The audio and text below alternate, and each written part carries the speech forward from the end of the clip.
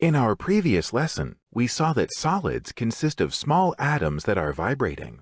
Now, what about gases? We have a helium-filled balloon in our lab. Certainly, you've seen balloons like it at birthday parties. Let's look inside. Ready to dive? We have to zoom in 1 billion times to see the individual atoms.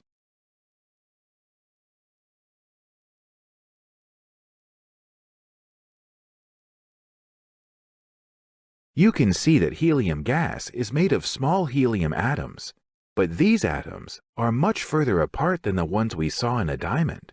In real life, the atoms don't stay still. Remember, in solids, they vibrate. Let's switch time on and see what happens in a gas. Ready, steady, go.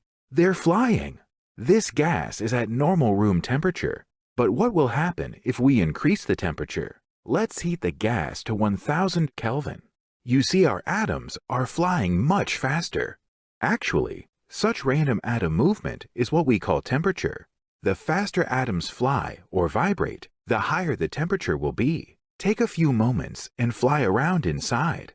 You're now as small as an atom. The next time you're at a birthday party and you see a helium balloon, you can tell your friends that you flew inside the same kind of balloon and saw these tiny atoms. Remember that, in the previous lesson, you saw that in solids, the atoms are close together. However, in gases, there is plenty of space between atoms. That's why gases are much lighter than solids. There are far fewer atoms in the same volume. Try to estimate how many more atoms of a solid are in the same space as compared to this gas.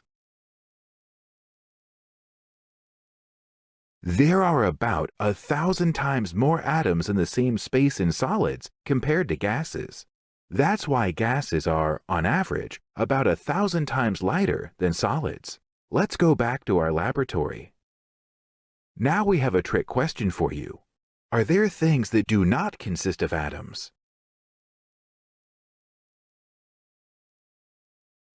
Not everything consists of atoms. Light, for example, consists of photons, which are different kinds of particles with different properties.